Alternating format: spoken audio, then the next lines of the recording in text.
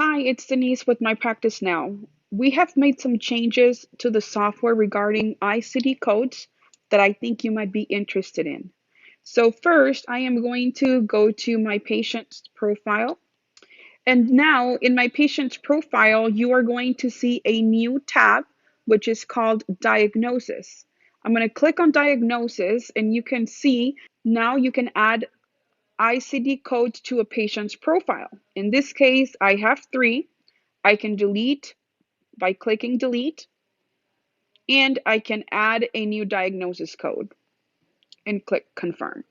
So once I do that, I have the option of when I add a new CPT code to my patient's ledger, it will already auto-populate ICD codes in the software for that specific charge.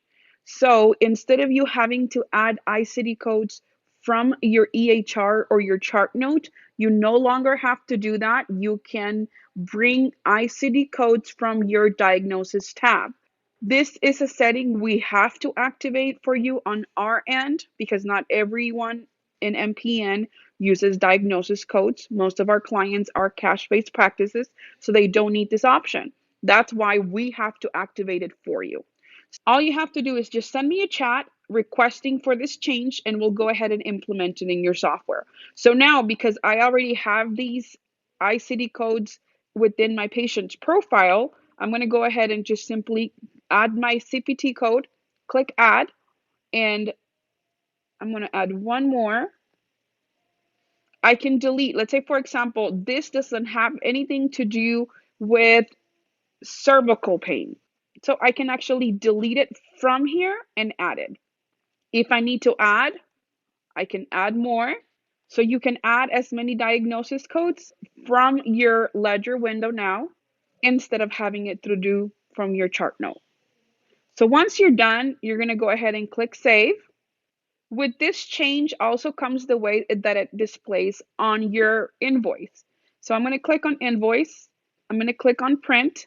And I'm going to show you here that now, because before ICD codes would be displayed here at the bottom, but now we have made it to where depending on the CPT code and the ICD code that you linked will be linked there as well. So you'll see the item with the CPT code, and underneath you will see the ICD codes linked to that specific item along with this one. This is how you're going to print an individual invoice. If you want to print a history of all of the invoices before, you can click on print history.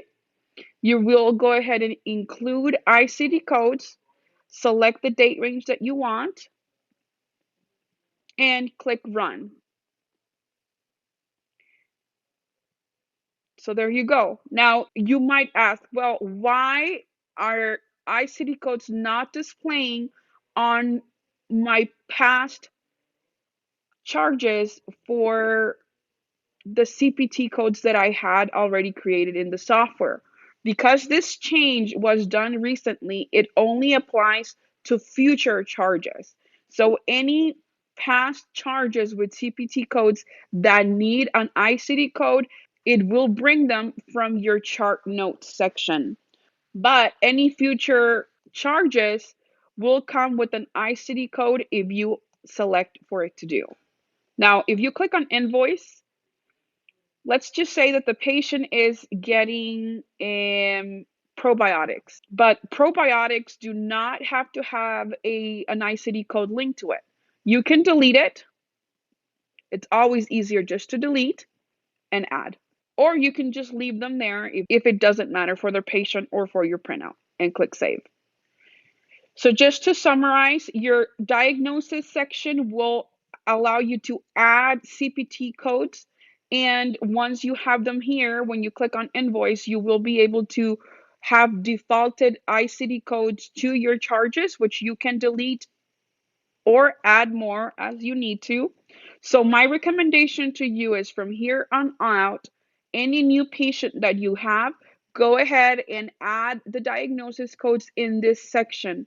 And I do want to make sure that these diagnosis codes will not be shown in your EHR at the moment. Once the EHR module is launched in late June, then we will go ahead and link this diagnosis codes to your chart notes, and it will be a perfect match, a seamless process for you. At the moment, the diagnosis codes in your profile will only link to your patient ledger if you wanted to. Just don't forget to always have this checkbox included if you want to show ICD codes on your print history or your patient's individual invoice.